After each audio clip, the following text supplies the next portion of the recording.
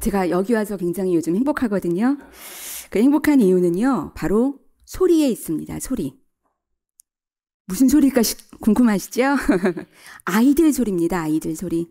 아이들의 웃음소리, 아이들의 뛰노는 소리, 그리고 아이들의 제잘거리는 소리. 근데 이 소리가 소음으로 들리지 않는 거예요. 정말 행복한 음향으로 저에게 들리는 것입니다. 제가 아이들을 키울 때는 젊은 혈기로 너무 힘들었거든요.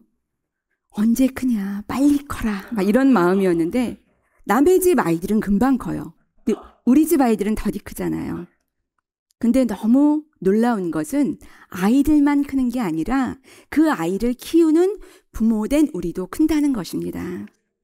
아이들의 그 발걸음에 나의 발걸음을 맞추고 그의 그 모든 눈길, 손길, 그리고 모든 호흡에 내가 맞춰가면서 우리 부모도 함께 성장하는 것이죠. 자라나는 것, 성장하는 것, 그것은 우리에게 기쁨을 줍니다. 오늘 말씀 가운데 그 기쁨을 함께 누리는 저와 여러분 되기를 소망합니다. 오늘 말씀 처음은요, 아이 사무엘이 등장합니다. 저와 함께 사무엘상을 나누고 있는데요. 1, 2장에는 아직 이렇게 드러나지 않았는데 3장에 드디어 처음 아이 사무엘로 시작을 합니다. 하나님께서 한나의 기도를 들으시고 그 사무엘을 주셨어요. 얼마나 귀한 아들입니까? 엄마, 부모 품에서 금지 오겹 클 것 같은데 부모 앞에 자라지 않습니다. 사무엘은 엘리 제사장 앞에서 자라납니다. 엘리 앞에서 여호와를 섬기는 거예요. 여러분들 사무엘 잘 아시죠? 전 어렸을 때 많이 착각했거든요. 그 착각은 그림을 보시면 아십니다. 자, 우리 기사님들 보면 항상 그 기사님들 옆에 있지요? 예. 저는 몰랐어요. 왜 이 꼬마는 항상 이 기사님들을 지켜주도록 이렇게 오늘도 무사히 기도를 할까 했거든요. 근데 나중에 커서 보니까 제가 믿음을 갖고 나서 보니까 사무엘이라고 그러더라고요. 사무엘. 몇 살처럼 보이십니까? 모르셨어요? 놀랍습니다. 네. 기도하는 사무엘입니다. 몇 살처럼 보이세요? 8살. 아유, 기도 많이 보셨네요. 저는 한 5, 6살 유치원생 정도로 봤거든요. 그런데 오늘도 무사히 하는 이 소년의 나이, 그것은 2장에서 알 수 있어요. 2장 11절 말씀을 함께 한 목소리로 합독하시겠습니다. 그 아이는 제사장 엘리 앞에서 여호와를 섬기니라. 오, 이 꼬마가 여호와를 섬겼네. 그리고 18절 말씀입니다. 함께 읽습니다. 사무엘은 어렸을 때에 세마포 에봇을 입고 여호와 앞에서 섬겼더라. 아멘. 지금 어린 사무엘이 여호와 앞에서 섬기는 거예요. 유치원생인데 너무 일찍 섬기는 거 아니야? 라고 생각하실 텐데요. 고대 이스라엘에서는요, 이렇게 사회적으로 어떤 일을 할 수 있는 것, 하나님 앞에서 섬길 수 있는 것은요, 보통 12세라고 합니다. 그러면 그림처럼 그렇게 어린 게 아니에요. 네, 12살 정도 됐다라고 볼 수 있죠. 그런데 사무엘이 몇 살에 맡겨졌을까요? 2장에서 보면은요, 사무엘이 젖뗐을 때 엄마가 데리고 올라가서 엘리 앞에 이렇게 드리거든요. 젖뗀 것 2-3살이에요. 2-3살. 그럼 우리가 많이 3살로 봤다 하더라도 몇 년을 엘리 앞에서 지금 수양을 한 겁니까? 네, 10년. 거진 10년을 큰 거예요. 그런데 10년의 세월 동안 사무엘은 어떻게 컸냐? 아이 사무엘이잖아요. 잘 자랐겠죠. 근데 지금 엘리는 어떤 상태냐? 눈이 점점 어두워 잘 못 보는 나이 든 엘리가 된 거예요. 근데 그 나이 든 엘리 앞에서 어린 사무엘이 자란 것입니다. 아이 사무엘이에요. 자, 아이의 속성이 있죠. 아이는 어떤 속성이 있냐면 잘 자라요. 뭐를 줘도 잘 자라요. 자, 눈도 밝아요. 활기찹니다. 뛰어다닙니다. 아이한테 가만히 있으라고 하면 그건 안 되는 거예요. 그건 환자예요. 뛸 수밖에 없어요. 활기찹니다. 그런데 나이 들면 어떻죠? 모르시죠? 다들 청춘이셔서. 제가 알려드릴게요. 나이가 들면은요, 일단 눈이 어두워요. 눈이 어둡죠? 귀는 어때요? 귀도 어두워요. 피부색은 어떻습니까? 어둡습니다. 그냥 전체적으로 다 칙칙하고 어두워요. 그런데 지금 그 칙칙한 엘리 앞에서 사무엘이 자라고 있는 거예요. 근데 성경에서는요, 너무 재밌는 게요, 이 시력으로 많이 비유해서 나타내거든요. 하나님은 굉장히 이 시인이신 것 같아요, 작가. 창세기 29장 17절에 보면은요, 레아 아시죠? 야곱의 첫 부인입니다. 레아를 뭐라고 표현했냐 하면, 레아는 시력이 약합니다. 시력이 약하고 라헬은 시력이 좋았다 라고 표현하지 않아요. 라헬은 곱고 아름다웠다 라고 표현하거든요. 왜 이렇게 대등하게 표현하지 않았을까요?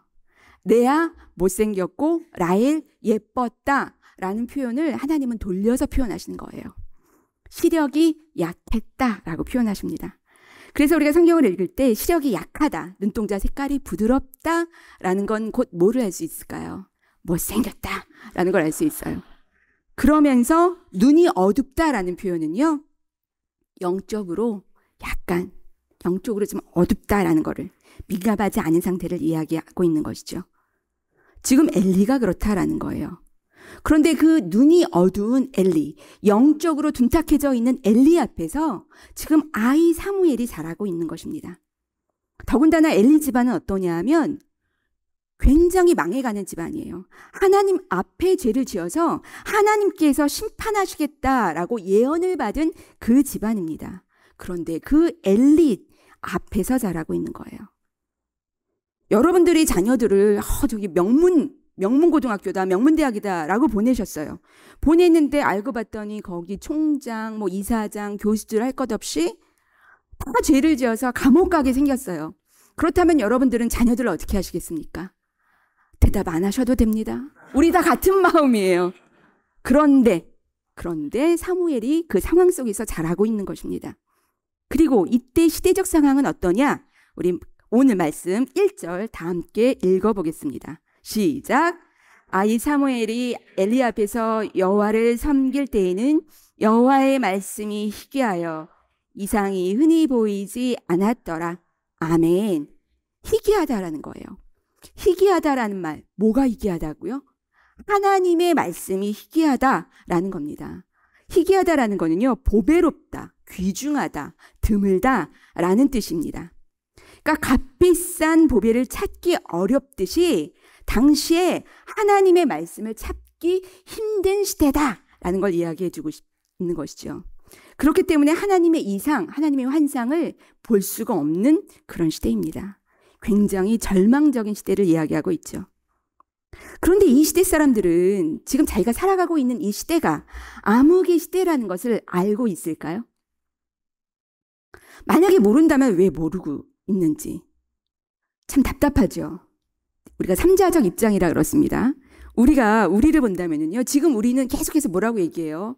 지금 지구가 난리가 났습니다. 오존층이 파괴되고 우리 자연 보호해야 됩니다. 그러려면 일회용 안 써야 됩니다. 막 이렇게 열변을 토해요. 그런 걸 또 보면 우리가 맞아, 우리 자연 보호해야 돼, 일회용 안 써야 돼, 막 그렇게 얘기하죠. 그러면서 뭐라고 얘기하죠? 덥다, 에어컨 좀 켜 라고 얘기하거든요. 컵 없어? 그러면 그 종이컵에라도 좀 담아서 줘. 우리가 이성은 알지만 현실은 그렇게 거기에 동참해서 살아가지 못하는, 그래도 여기가 좋다, 그래도 나 좋을 대로 살아가는 그 시대가 지금 이 사무엘 시대라고 볼 수 있습니다. 이게 지금 사사시대 끝 마렵이거든요. 사사시대가 어떤 상황이냐? 자기 소견에 좋을 대로 살아간다라는 건요, 기준이 내가 되는 시대예요. 근데 우리가 완전하고 온전한 존재가 아니기 때문에 내가 좋을 대로 살아가는 것만큼 불완전하고 악에 찬 그런 시대는 없을 것입니다. 근데 그 삶을 살아가고 있는 거예요.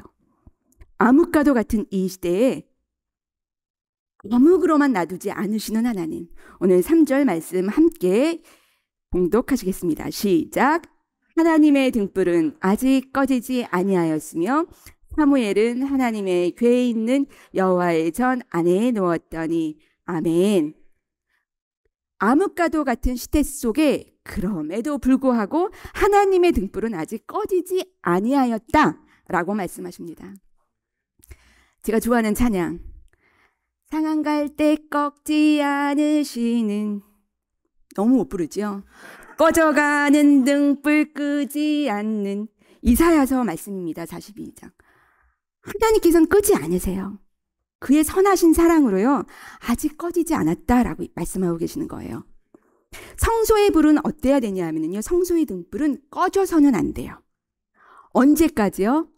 해가 지면 성소의 불을 켰다가요, 그 다음날 해가 뜨면 그때까지 불이 꺼지지 않도록 이 등불을 잘 관리하는 그 직무가 바로 제사장의 직무입니다. 그런데 제사장들이 이를 제대로 감당하지 않는다면 등불은 꺼질 수밖에 없습니다. 하나님의 성소에 빛이 없다라는 것은요, 굉장히 큰 죄예요. 그리고 이것은 또한 하나님이 이곳에 계시지 않는다, 하나님의 영광이 떠났다, 사라졌다라는 의미입니다. 그렇기 때문에요, 성소의 불은 꺼져서는 안 돼요. 밝혀야 됩니다. 한밤중에 아무리 어두워도 성소의 불은 밝혀져야 되는 것이죠. 지금 살아가는 우리들에게 하나님의 성소는 주님의 몸된 교회이고 또한 성전인 우리들인 것입니다. 빛이 밝혀져야 돼요. 예배의 빛, 말씀의 빛, 기도의 빛, 그리고 주님의 그 사랑의 빛이요, 꺼져서는 안 될 것입니다. 어둠 속을 걷는 것과 같은 이 시대에 정말 하나님의 그 등불을 끄지 않는, 꺼트리지 않는 저와 여러분 되기를 소망합니다. 그런데 하나님의 등불은 아직 꺼지지 않았다라고 말씀하고 계세요. 하나님이 아직 포기하지 않으셨다라는 것입니다. 잘 생각해 보세요. 등불을 꺼트리지 않으려면 어떻게 해야 되죠? 기름이 있어야 됩니다. 기름이 없다면 기름을 다 태우고 나서 어떻게 해요? 심지까지 타버립니다. 그런데 하나님의 등불은 아직 꺼지지 아니하였다라고 성경에 쓰여 있다면, 꺼지지 않았다? 그러면 조금 있으면 꺼지겠다? 그런데 꺼트리지 않으시겠다? 바로 하나님께서 포기하지 않으시고 이 등불을 살려내신다, 꺼트리지 아니하신다. 결국 하나님께서 기름을 준비하시겠구나, 우리가 생각할 수 있죠. 하나님이 기름을 준비하시는 것입니다. 그러면서 3절 바로 뒤에 보면은요, 그 뒷부분에 보면 사무엘은 하나님의 궤에 있는 여호와의 전 안에 누웠더니 라고 되어 있어요. 지금 사무엘이 어디 누워 있어요? 하나님의 궤가 있는 여호와의 전 안에 누워 있는 것입니다. 그런데 엘리는 그럼 어디에 누워 있을까요? 바로 앞에 2절에 있습니다. 2절 함께 보시면은요, 엘리의 눈이 점점 어두워가서 잘 보지 못하는 그때에 그가 자기 처소에 누웠고, 지금 엘리는 자기 처소에 누워 있는 것입니다. 제가 어디 가는 것, 여행 가는 거 좋아하는데요, 여행 가서 자는 것을 되게 두려워해요. 왜 그럴까요? 잠자리가 내 잠자리가 아니라 그렇습니다. 잠자리가 바뀌는 게 너무너무 힘들어요. 왜요? 긴장하기 때문에 그렇습니다. 내 잠자리는 좋건 싫건 어때요? 내 잠자리라 긴장하지 않아도 돼요. 편할 수 있어요. 그런데 바뀌다라고 하면은 긴장할 수밖에 없죠. 근데 엘리는 지금 어디 누워 있어요? 자기 잠자리. 모든 긴장을 다 풀고 편하게 누워 있는 거예요. 긴장감 없이 살아가는 삶입니다. 그런데 사무엘은 어디 누워 있다고요? 3절 보면 하나님의 등불이 아직 꺼지지 않은 그곳, 하나님의 궤가 있는 여호와의 전에 누워 있는 것입니다. 계속해서요, 하나님 여호와를 계속해서 강조하고 있죠. 지금 세상은 어때요? 세상은 어두워져 가고 있습니다. 엘리의 눈처럼, 엘리 제사장의 눈처럼 계속해서 어두워가는 그 삶 속에, 그 시대 속에 사무엘은 하나님의 등불이 아직 꺼지지 않은 빛의 장소에 있다라는 것입니다. 하나님의 임재를 상징하는 하나님의 궤, 그 하나님의 전 안에 누워있는 사무엘이야말로 이 꺼져가는 운명에 처해 있는 이 이스라엘을 새롭게 구원할 하나님의 도구로 사용될 수밖에 없는 것이죠. 우리 모두가 빛의 자리에 있는 우리 모두 되기를 소망을 합니다. 그렇기 위해서는요, 우리의 만남도 빛의 만남이어야 됩니다. 우리가 만날 때 은혜의 만남, 은혜의 그 말 나눔, 빛의 만남이 되기를 소망을 합니다.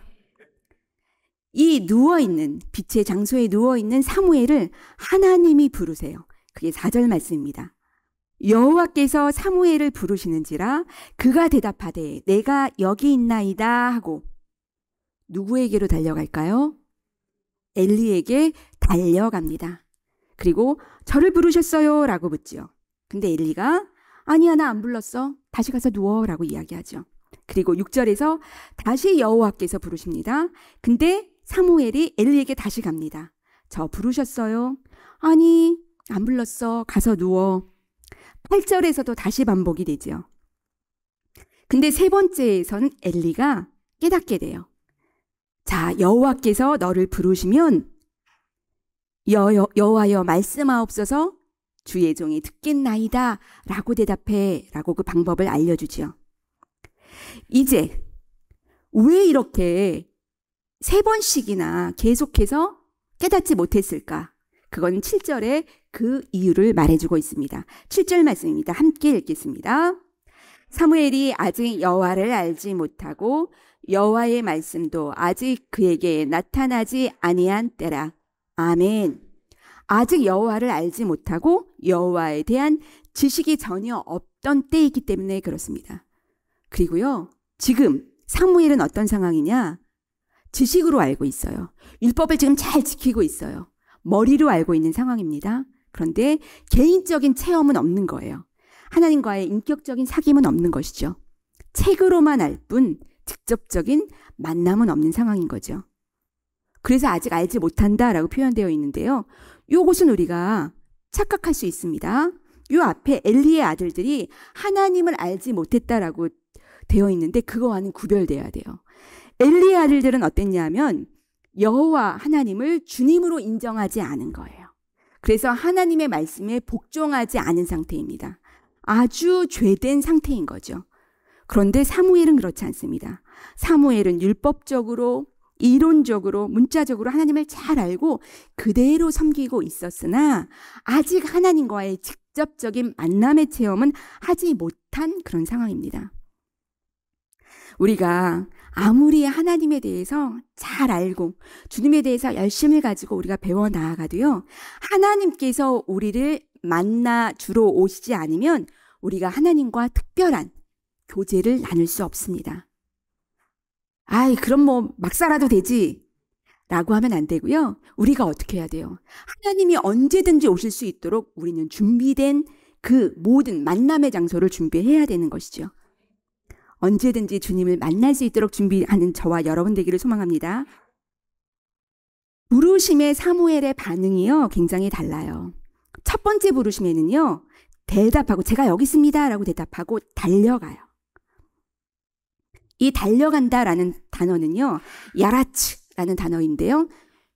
이 단어에서 우리가 알 수 있는 건 사무엘은 어리지만 굉장히 부지런했구나, 민첩했구나, 민감했구나 라는 것을 알 수 있어요. 그런데 그 다음에 두 번째, 세 번째 여호와께서 부르셨을 때는 어떻게 하냐면 일어나요. 그리고 가요. 그 단어는 야라크, 그냥 걸어가는 거예요. 천천히. 야, 내가 한 번 속지 두 번 속냐, 뭐 이래서 천천히 가는 게 아니라 엘리 제사장이 아니라면 도대체 누가 부르시는 거지? 생각하고 고민하면서 신중하게 움직이는 소년이지만 그 신중한 사무엘의 모습을 볼 수 있습니다. 그러면서 드디어 10절에 하나님이라는 걸 알고 반응을 하죠. 그 하나님과의 만남 한번 함께 한 목소리로 합독하시겠습니다. 시작. 여호와께서 임하여 서서 전과 같이 사무엘아 사무엘아 부르시는지라. 사무엘이 이르되 말씀하옵소서 주의 종이 듣겠나이다 하니 아멘. 지금 앞에 3번 부르셨을 때 4절, 6절, 8절에는요. 여호와께서 사무엘을 부르시는지라 라고 표현되어 있어요. 하나님이 사무엘을 어떻게 불렀는지 아주 자세하게 표현되어 있지 않습니다. 그런데 10절에 와서 드디어 하나님께서 친히 임하여 서서 사무엘아 사무엘아 부르셨구나 라는 걸 우리가 알 수 있어요. 그렇다면 그 전에 어떻게 부르셨을까요? 여호와께서 임하여 서서 전과 같이, 그러니까 전과 같이 하나님께서 임하여 서셨다라는 걸 알 수 있어요.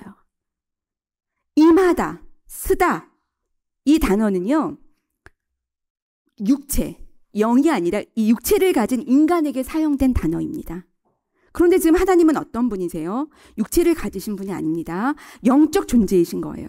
그런데 영으로 환상으로 우리에게 나타나신 게 아니라 현실적으로 바로 육체를 갖고 있는 사람처럼 아주 생생하게 지금 사무엘 앞에 서 계시다라는 것입니다. 이 표현은요, 사무엘뿐만 아니라 야곱을 만나실 때, 모세를 만나실 때, 욥을 만나실 때 이렇게 생생하게 직접적으로 찾아와 만나주시는 그분이 바로 우리 하나님이십니다. 계시록 3장 20절에 보면 볼지어다 내가 문 밖에 서서 두드리노니 누구든지 내 음성을 듣고 문을 열면 내가 그에게로 들어가 그와 더불어 먹고 그는 나와 더불어 먹으리라. 이게 어떤 추상적이고 환상적인 만남이 아니라요, 하나님께서 직접적으로 우리를 만나 주신다라는 것입니다. 이렇게 직접적으로 만나는 저와 여러분 되기를 소망을 합니다. 이제 하나님께서요, 사무엘에게 이스라엘에게 행할 모든 것들을 직접적으로 말씀하십니다. 그리고 오늘 말씀 후반부 19절에 보면은요, 함께 봅니다. 사무엘이 자라매 여호와께서 그와 함께 계셔서 그의 말이 하나도 땅에 떨어지지 않게 하시니. 아멘. 사무엘이 자라는 거예요. 드디어 사무엘이 자랍니다. 멈춰진 삶이 아닙니다. 자라나는 삶이에요. 성장하는 삶입니다. 하나님께서 그와 함께 하심으로 그의 말이 하나도 땅에 떨어지지 아니하고 하나님의 말씀이 사무엘을 통하여 선포되어지는 것입니다. 처음엔 어땠어요? 처음에는 어둠의 세계였습니다. 암흑의 시대예요. 하나님의 말씀이 희귀했던 시대입니다. 그런데 21절의 말씀을 보면은요, 여호와께서 실로에 나타나실 때 여호와께서 실로에서 여호와의 말씀으로 사무엘에게 자기를 나타내시니라. 아멘. 드디어 하나님의 시대가 다시 사무엘을 통하여 말씀이 선포되는 빛의 시대로 바뀌는 것입니다. 하나님은요, 어느 날 갑자기 뻥 나타나셔서 너 내일 해, 이렇게 하실 수도 있지만 그거를 좋아하시는 분이 아니라 우리가 하나님 앞에 믿음이 쌓이고 쌓이고 다듬어지고 다듬어지고 굳은 살이 베이고 베이고 다듬어지고 준비됐을 때 하나님이 우리를 들어 사용하신다라는 것입니다. 사무엘이 어느 날 갑자기 나타나 하나님의 일을 한 것이 아닙니다. 어릴 적 엘리라는 옳지 못한 스승 앞에서 자랐지만 오직 하나님만을 믿고 쫓을 때, 그의 믿음이 쌓였을 때 하나님께서 그를 들어 사용하셨다라는 것입니다. 예수님께서도요, 어느 날 갑자기 공생애를 시작하신 게 아닙니다. 태어나시고 자라시고 그리고 하나님의 때에 주님의 일을 감당하셨다는 것입니다. 우리가 사무엘을 생각하면 사무엘처럼 잘 키워야지 라는 생각을 갖고 계신데요, 생각을 바꿔서 100세 시대에 우리 자녀만 그렇게 키우는 게 아니고 우리 스스로도 성장을 멈추지 아니하고 주님 앞에 다듬어지고 다듬어지고 끝없이 성장하며 성장을 멈추지 않는 저와 여러분 되기를 소망합니다. 기도하시겠습니다. 참 좋으신 하나님, 우리는 늘 주님의 말씀을 사모합니다. 예배를 사모합니다. 기도를 사모합니다. 그러나 사모하는 마음은 있지만 행동이 느려 그 자리에 나오기까지 참으로 오랜 시간이 걸립니다. 그러나 우리를 포기하지 않으시는 주님이 우리를 포기하지 않으시는 것처럼 우리도 우리를 포기하지 않기를 원합니다. 이제 됐다는, 이만하면 좋다는 그런 멈춰진 믿음이 아닌, 포기하는 믿음이 아닌 늘 날마다 주님께로 더 가까이 나아가는 걷는 믿음, 뛰는 믿음, 성장하는 믿음이 되도록 인도하여 주시옵소서. 말씀으로 자라게 하시고 기도로 자라게 하시며 예배로 성장하는 우리에게 인도하여 주시옵소서. 주님의 자녀됨에 늘 감사드리며 사랑이 많으신 예수님의 이름으로 기도드립니다. 아멘.